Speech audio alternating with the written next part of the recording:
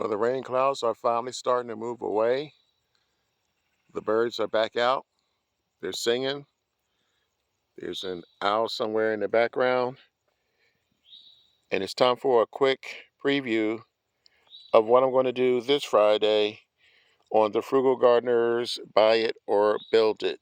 I'm excited, probably more excited or as excited as the birds, because this is the biggest container that I'm going to use so far in this series. People call it a wastebasket, trash can, a bin, whatever you call it.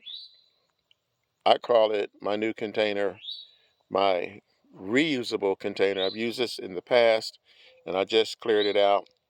It's pretty tall. This is almost 2 feet tall, and these are great for gardening because you can grow almost anything in here.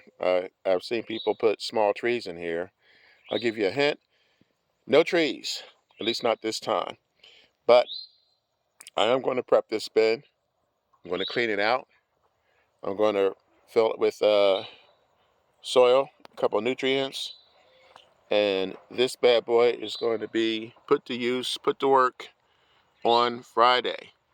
So I hope you guys come back on Friday, see what I'm going to do with this, because it is exciting. I'm the Frugal Gardener. I'll catch you on Friday. You guys have a great day.